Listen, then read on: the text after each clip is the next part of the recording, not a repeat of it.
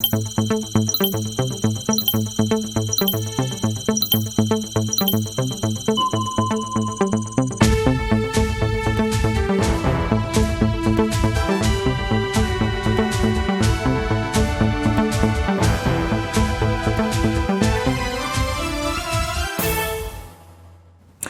ministère en charge de l'économie s'est engagé dans 3 accords de financement avec la Banque mondiale de 153 milliards de francs CFA. C'est le montant global qui va servir à financer le développement économique et social au Burkina.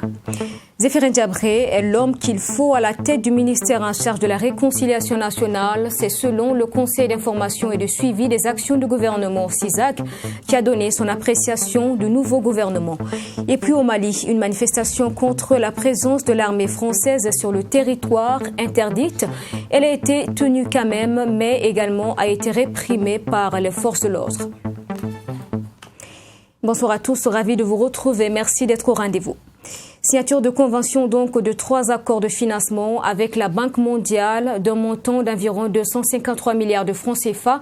Cela va servir à financer le développement économique et social au Burkina. Cérémonie ce jour au ministère en charge de l'économie, des finances et du développement. Détail avec Fatima Tanikiema.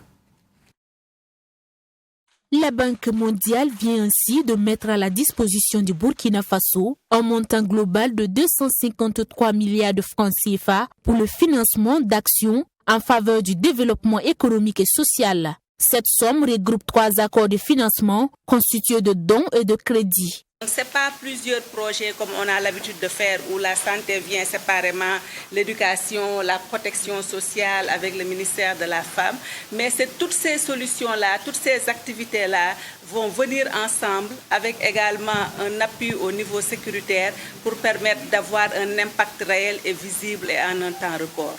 Le premier accord est relatif au financement de l'opération d'appui budgétaire d'urgence d'une valeur d'environ 194 milliards 254 millions de francs CFA. Le deuxième est consacré au projet d'urgence de développement territorial et de résilience à hauteur d'environ 55 milliards de francs CFA. Le troisième permettra le financement additionnel du projet de renforcement des services de santé à coût de 5 milliards 500 millions de francs CFA. Nous avons donné par exemple 110 hectares de bas-fonds, 60 hectares de périmètre pour les maraîchers. Nous avons des infrastructures socio-économiques qui seront construites. Nous avons 553, nous avons des salles polyvalentes, nous avons des appuis donc à un certain nombre d'infrastructures économiques et bien sûr la connectivité, le bitumage de certaines voies. Vous savez que Bagrépole constitue un point important. Nous allons bitumer 50 km de route pour permettre de dégager la production de Bagrépole vers les pays frontaliers, ainsi de suite. Donc c'est un projet holistique qui permet justement d'accompagner les efforts du gouvernement. À terme, cet appui budgétaire doit permettre, entre autres, l'amélioration de l'accès des communautés, y compris les déplacés internes, aux infrastructures et services sociaux. Il vise aussi à atténuer l'impact du choc du Covid-19 sur les vies et les moyens de subsistance. Le conseil municipal tenait hier 20 janvier sa première session ordinaire de l'année en cours. À l'ordre du jour, élection du 3e adjoint du maire donc de la commune de Ouagadougou, Joseph Ouedraogo, qui vient remplacer Nathanaël Ouedraogo. Précision avec Sanata Serré. Cette première session ordinaire du conseil municipal était seulement consacrée au choix du 3e adjoint au maire suite à la démission de l'ex-maire Nathanaël Ouedraogo de l'Union pour le progrès et le changement, UPC. Au départ, 4 candidats, c'est finalement le conseiller municipal de l'arrondissement d'Issa de la ville de Ouagadougou, Joseph Ouedraogo, qui a été élu 3e adjoint au maire de la commune. Je dirais tout simplement que moi je suis déjà depuis pratiquement 5 ans dans le train de la marche de la construction du développement en fait de notre commune. Pour moi, c'est aller encore accompagner le maire comme j'étais déjà dedans, l'accompagner à achever les chantiers que nous avons déjà entamés depuis. Autre sujet abordé lors de cette rencontre, la question de l'occupation anarchique des trottoirs, la délivrance des autorisations d'occupation délivrées par les maires d'arrondissement et l'implantation anarchique des panneaux de signalisation dans la ville de Ouagadougou. Nous allons mettre des panneaux de signalisation dans les grands carrefours de la ville de Ouagadougou, dans les arrondissements, pour enlever les petits panneaux que les gens implantent n'importe comment et qui ne respectent pas le code d'implantation des panneaux d'une part et rend difficile la circulation et la sécurité routière. Donc il y a un appel d'offres qui a été lancé pour la sélection des régies publicitaires qui vont se charger de la mise à disposition, l'installation et la maintenance et l'exploitation d'un réseau mobilier urbain de pré-enseigne dans la ville de Ouagadougou. La mise en œuvre implique l'arrêt de la délivrance des autorisations d'implanter les panneaux d'indication par les maires d'arrondissement et la dépose des panneaux existants. Pour l'élection du 3e adjoint au maire de la ville de Ouagadougou, l'Union pour le progrès et le changement s'est abstenue de présenter un candidat. Cette première session ordinaire de l'année 2020 du conseil municipal a réuni environ 195 conseillers municipaux. Et comme je vous l'ai dit en titre, le Conseil d'information et de suivi des actions du gouvernement, CISAG, commente la nomination de nouveaux gouvernements. Par exemple, Zéphirin Diabré à la tête du ministère en charge de la réconciliation nationale. C'est l'homme de la situation selon le CISAG qui indique par ailleurs que cette question de la réconciliation nationale est à considérer avec beaucoup d'égards. Reportage. La question de la réconciliation nationale était au centre des échanges entre le Conseil d'information et de suivi des actions du gouvernement CISAG et les hommes de médias. Pour le premier responsable de cette structure, ce n'est pas la première fois que l'on parle de réconciliation nationale au Burkina Faso. C'est un sujet qui revient depuis le Forum de la réconciliation nationale en 1991, qui avait d'ailleurs été avorté. Aujourd'hui, le CISAG estime que cette énième tentative est juste une parade pour permettre le retour de l'ex-président du Faso, Blaise Compaoré, même s'il ne trouve aucun mal en cela. Le ministère de la Réconciliation nationale a été créé à dessein. Ça a été créé pour arranger le retour de l'ancien président Blaise Compaoré. Nous le disons et nous l'assumons. Alors, maintenant, nous, ça ne nous pose pas de problème. Ça ne nous pose pas de problème. Nous sommes tout à fait d'accord que, en fait, le président Blaise Compaoré, qui a fait 27 ans de pouvoir au Burkina Faso, soit pris par certaines personnes comme un diable. Non. Il a fait beaucoup de choses pour son pays. Même s'il y a eu, en fait, des imperfections, même s'il y a des choses qu'on peut lui reprocher, autant de choses qu'on peut lui reprocher, autant de choses aussi qu'on peut mettre à son actif.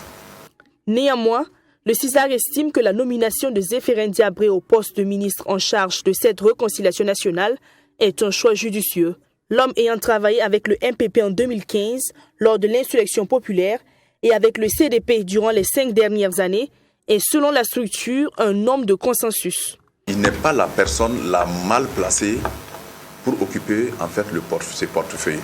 D'abord, c'est le même Zéphirin Diabré qui a été opposant avec le MPP pour que le MPP puisse venir au pouvoir. C'est le même Zéphirin Diabré qui a travaillé avec le CDP pendant les 5 ans de règne du MPP. Donc c'est pour dire que c'est un monsieur de consensus pour nous. Et en ce qui concerne l'élection du président de l'Assemblée nationale, le CISAG affirme que l'opposition n'a pas joué son rôle en ne présentant pas de candidat, mais a tout simplement voulu monnayer sa voix lors du vote. L'opposition n'a pas joué son rôle. Et c'est là où nous sommes vraiment déçus. Parce qu'au vu de ce que nous avons vécu sur le terrain, l'opposition, de toute façon, ceux qui ont voté les opposants ne les ont pas votés pour aller faire de la figuration inutile à l'Assemblée. C'est pour aller faire de la représentation significative. Et cette représentation significative, l'opposition devrait présenter un candidat, quand bien même qu'ils savent qu'ils ne pouvaient pas gagner et que la majorité avait plus de députés, au moins l'opposition devrait s'exprimer en présentant un candidat. C'est ça une opposition. Mais une opposition qui part, en fait, pour nous, ils ont monnaie, en fait, voilà, ça a été monnaie. Le CISAG a par ailleurs appelé le chef de l'État et tout le gouvernement à s'entourer de personnes loyales et véridiques qui travailleront à l'essor de la République et non pour des intérêts personnels. Un reportage signé Denise Zida et Nadine Zongo. Quelques grands changements ont été systématiques suite aux élections de novembre dernier au Burkina. L'UPC a perdu sa position devant l'opposition, s'est rallié par la suite à la majorité présidentielle. Mais que deviennent les commissaires du parti qui siègent à la CENI? L'on se pose la question. Notre chef du desk politique, Bernard Bougma, répond ici dans ce reportage signé Abdourahmane. Les deux commissaires de la CENI qui sont pour le compte de l'Union pour le progrès et le changement UPC doivent démissionner selon Bernard Bougma. La raison est toute simple. Le parti n'est plus membre de l'opposition politique. Par ricochet, ces commissaires doivent laisser la place au parti de l'opposition au risque de tomber dans l'illégalité en cas de délibération de la commission. L'UPC y siège avec d'ailleurs deux commissaires, Maître Gitanga et le vice-président, M. Kéré, qui est UPC. Donc effectivement, ça peut poser un problème sur le plan de la légitimité et même de la légalité, parce que leur parti ne relève plus de l'opposition, mais relève de la majorité. À partir de ce moment, la conséquence, c'est que ces messieurs doivent tout simplement rendre leur poste pour permettre à l'opposition actuelle, composée d'autres partis politiques, de désigner valablement des représentants qui vont siéger au nom de l'opposition. Sinon, s'il y a une session de la CENI, ça peut prêter naturellement à confusion. La CENI est composée de l'opposition, de la majorité et de la société civile, à raison de 5 commissaires par entité. Dès lors qu'il y a 2 qui vont de l'autre côté, ça veut dire qu'ils deviennent 7.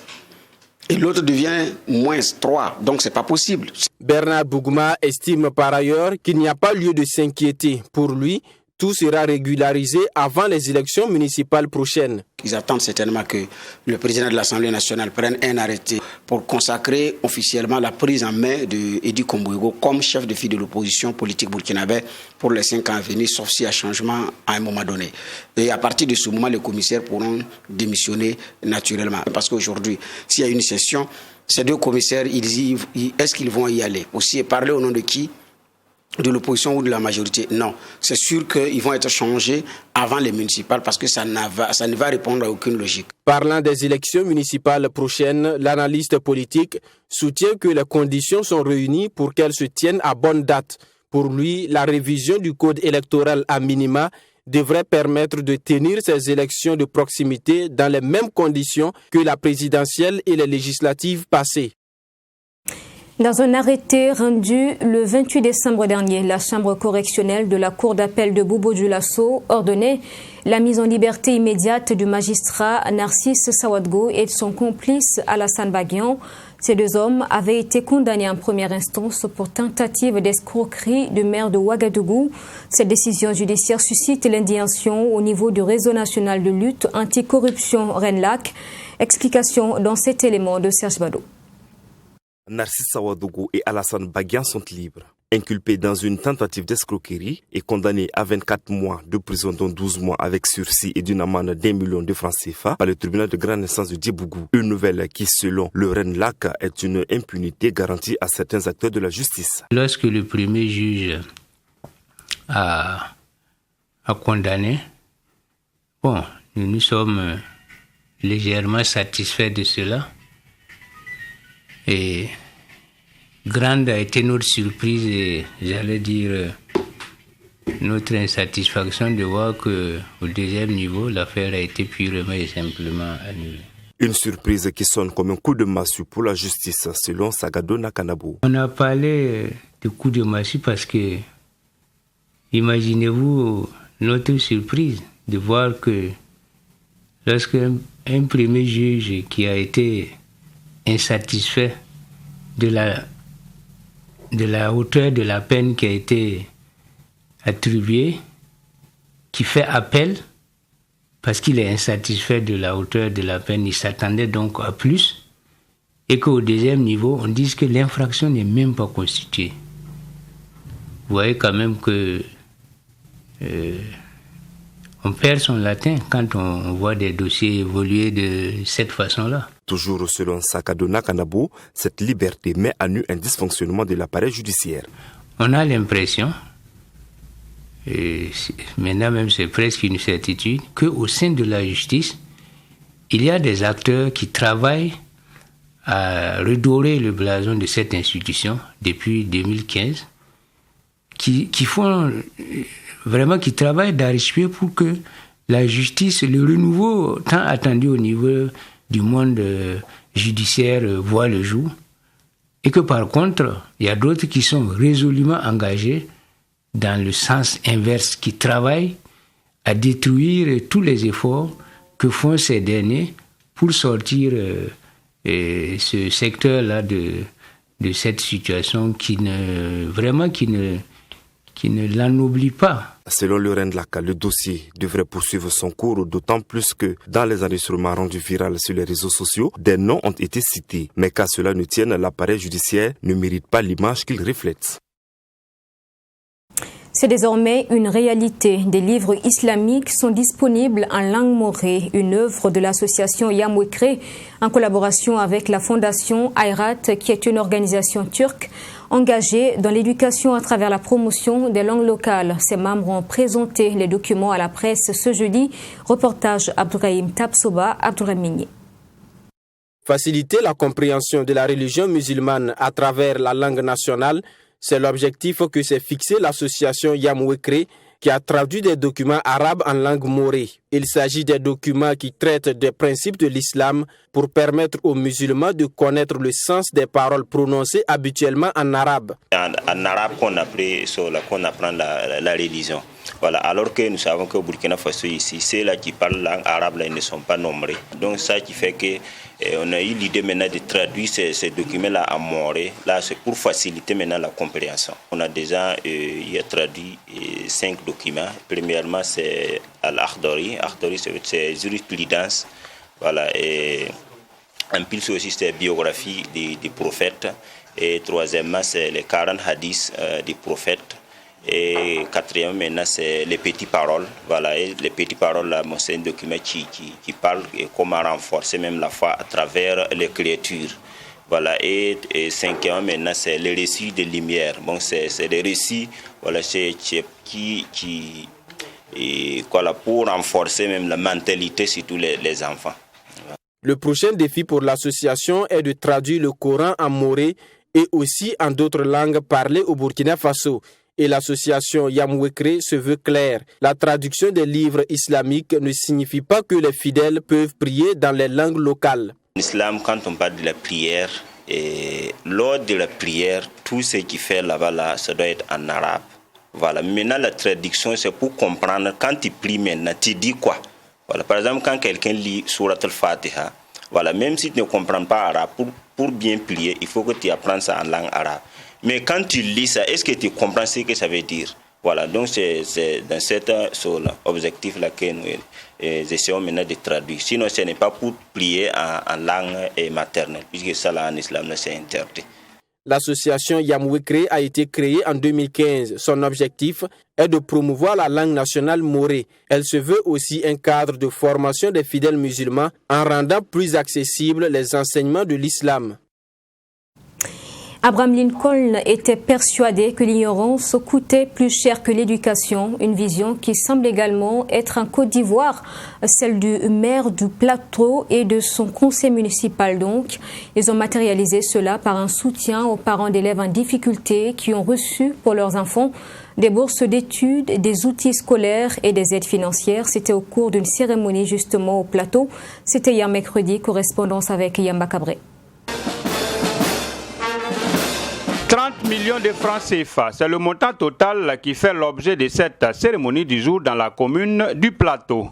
Le député maire et son conseil municipal ont décidé de prêter une oreille attentive et un cœur sensible aux nombreuses sollicitations des populations en difficulté. Cette année, contrairement à l'édition précédente, qui avait mobilisé un budget de 19 millions, ce sont 30 millions de nos francs que M. le maire et son conseil municipal mettent à la disposition des populations avec pour consigne d'intégrer systématiquement les veuves qui ont en charge des orphelins, de même que des familles socialement défavorisées. Il faut dire que notre action d'aujourd'hui s'inscrit dans notre vision. La vision développement éco-citoyen, où nous voyons citoyen, qui veut dire que notre objectif, c'est de faire de telle sorte que nos populations, que nos jeunes font partie justement de cette catégorie sociale importante pour le Plateau et pour la Côte d'Ivoire. Il était important qu'on puisse agir, aider, soutenir, accompagner. Vous avez entendu tout à l'heure que les demandes étaient à peu près de 60 millions. Nous avons donc décidé avec le conseil municipal pour cette année, c'est-à-dire pour 2021, d'augmenter cette participation à 50 millions. Ce sont des bourses d'études, des outils didactiques et des aides financières qui ont été distribuées aux élèves, aux étudiants et aux parents d'élèves, notamment les veuves, les indigents et les malades. Ces différents dons ont été crédités directement sur des cartes bancaires prépayées d'une entreprise de la place qui promet être au bon petit soin des bénéficiaires.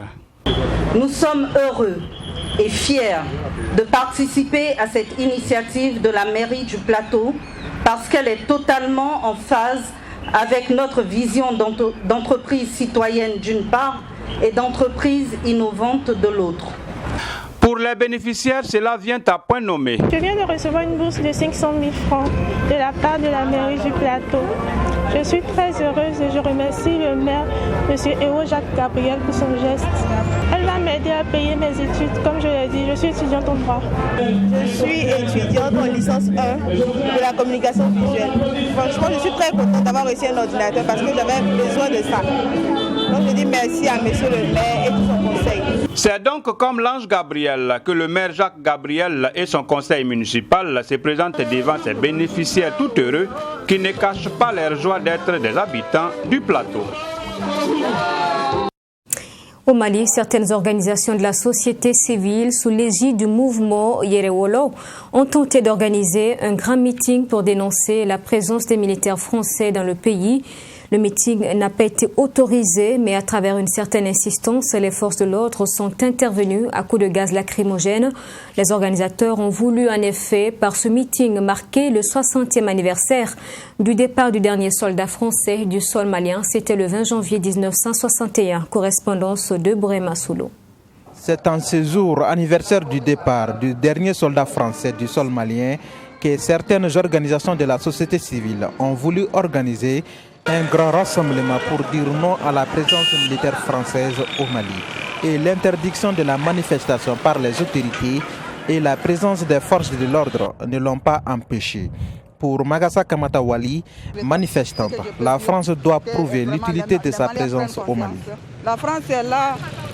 Non, la population ne sent pas que la France est là. Et puis, le système français, ce n'est pas compatible avec notre communauté. Vraiment. Si la France veut coopérer avec nous, qu'il change de système. Sinon, qu'il dégage. Des gaz lacrymogènes utilisés pour disperser les manifestants. Selon Traoré Drissa, un autre manifestant, les raisons d'état d'urgence avancées par l'État ne sont pas suffisantes pour réprimer ces meetings. C'est regrettable parce qu'il y a eu des regroupements à l'aéroport que les forces de l'ordre du Mali n'ont pas déguerpi. Donc ils parlent d'état d'urgence. Les populations qui étaient là, les braves femmes et les braves hommes qui étaient là, ils étaient pacifiques. On voulait dénoncer ce qui est dénonçable. Et subitement, on a senti qu'ils sont venus nous déguerpir avec des gaz lacrymogènes. C'est regrettable. Ces meetings visent à soutenir l'armée malienne qui est capable aujourd'hui de sécuriser le pays, explique Moriba Diakité, l'un des organisateurs. Si l'armée malienne n'est pas capable, est-ce que l'armée française est capable? Ils sont là depuis combien de temps? Si nous on n'est pas capable, c'est qu'eux aussi ils ne sont pas capables. Si tu as su que moi je ne suis pas capable, c'est pourquoi tu es là. Tu es venu parce que je suis incapable, mais tu n'as pas pu résoudre. On va te laisser comme ça. L'armée malienne est capable. Ils sont capables, mais l'armée malienne, c'est nous d'abord, le peuple. C'est nous le peuple. Ce n'est pas ces militaires qui portent les armes. Nos dirigeants ne peuvent pas combattre la France. Notre armée ne peut pas combattre la France. C'est le peuple qui peut combattre la France. C'est pour cela que nous sommes là. Ce n'est pas la première fois que ces organisations de la société civile exigent le départ des forces françaises du Mali. Retour aux engagements climatiques de l'accord de Paris, réintégration de l'OMS, c'est par toute une série de décrets que Joe Biden revient sur les mesures phares de Donald Trump. Le nouveau locataire de la Maison-Blanche a demandé en effet aux agences de revoir et d'annuler plus de 100 mesures prises par son prédécesseur. Une volonté donc de marquer clairement la rupture avec l'ère Donald Trump. La troisième tentative aura été la bonne. Joseph Biden a enfin les clés de la Maison-Blanche et il n'y a pas de temps à perdre pour le 46e président des États-Unis. Comme il l'avait promis, il s'est mis au travail. Dans les heures qui ont suivi son investiture, il a signé une quinzaine de décrets qui démantèlent l'héritage de l'ère Trump en inversant le cours des choses sur l'immigration, l'équité raciale, la gestion de la pandémie du Covid-19, la participation des États-Unis à l'OMS et le changement climatique. Je cite, que nous allons combattre comme nous ne l'avons jamais fait. Le troisième décret que je vais signer sous vos yeux, dit-il, est l'engagement que j'ai pris de rejoindre l'accord de Paris sur le climat à partir d'aujourd'hui. Le ton a été donné, la rupture symboliquement consommée avec son prédécesseur par le discours d'investiture grave mais plein d'espoir de Joe Biden.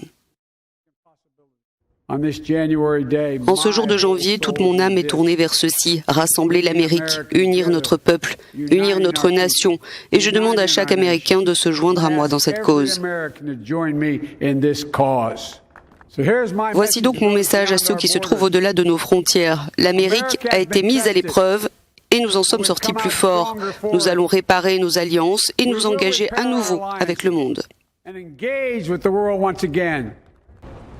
S'engager, réparer, mais pas seule. À ses côtés se tient la vice-présidente Kamala Harris. C'est la première fois qu'une femme occupe ce poste à la tête de la première puissance mondiale. L'ex-sénatrice noire et d'origine indienne Kamala Harris, 56 ans, a prêté serment juste avant Joe Biden. So help me God. So help me God.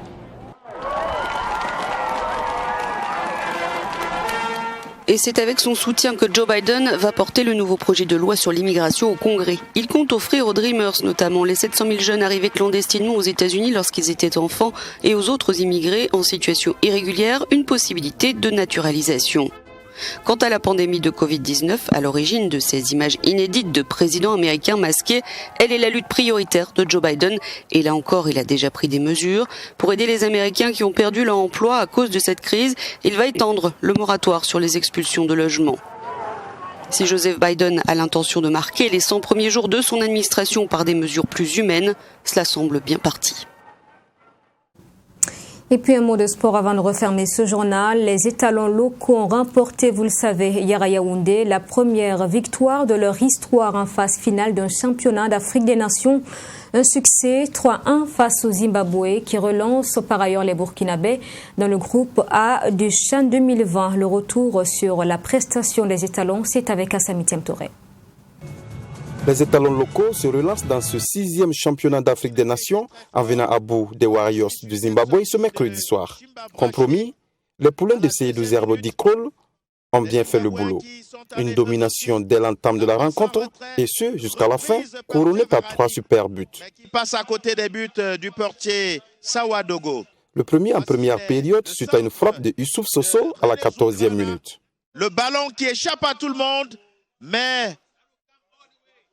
Les deux autres, en seconde période, signé Claver Tienebego. Mais malheureusement, Tiende Breogo a suivi.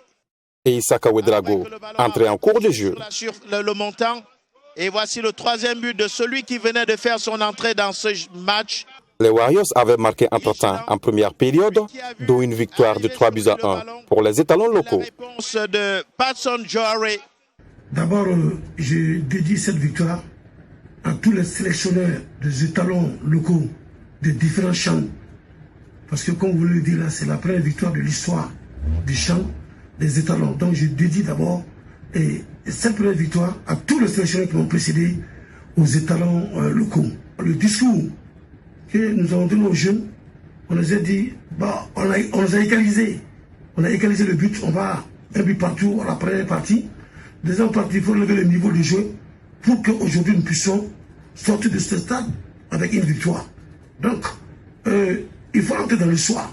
En disant ces mots, je pense que ça a reconquéré le moral et ça les a amenés à se surpasser au-delà. Une victoire historique pour le Burkina Faso qui vient d'avoir sa première victoire d'une phase finale de championnat d'Afrique des Nations après 3 participations. Avec cette belle prestation, les étalons ont encore une chance de se qualifier pour les quarts de finale. Maintenant, on a gagné et je pense bien que c'est un signe d'espoir pour continuer la compétition. Alors nous jouons contre le pays hôte. Certes, ça a des avantages. Elle a son public, elle a son terrain, et elle sont avantageuses sur le plan. Ben, néanmoins, nous allons gérer nos armes et se battre pour atteindre les objectifs. Je répète encore, nous allons nous battre avec nos armes qu'on a et pour atteindre nos objectifs. Je reviens en arrière encore, que ce soit à partir du Zimbabwe et éliminer contre le Mali, pour le respect du football et pour la dignité des Zimbabwéens eux-mêmes, ils doivent jouer le match à fond. Allez. Dans ce groupe A, le Cameroun et le Mali s'étaient séparés sur une note de parité après le score d'un but partout. Au classement, les deux équipes ont 4 points plus 1, suivi du Burkina Faso avec 3 points plus 1. Le Zimbabwe a 0 points moins 3. La prochaine rencontre du Burkina Faso, c'est pour ce dimanche, face au Cameroun, le pays organisateur. Voilà, sportivement donc, nous refermons ce journal. Merci à vous de l'avoir suivi. Je vous donne rendez-vous demain 20h. Bonne soirée, à demain donc.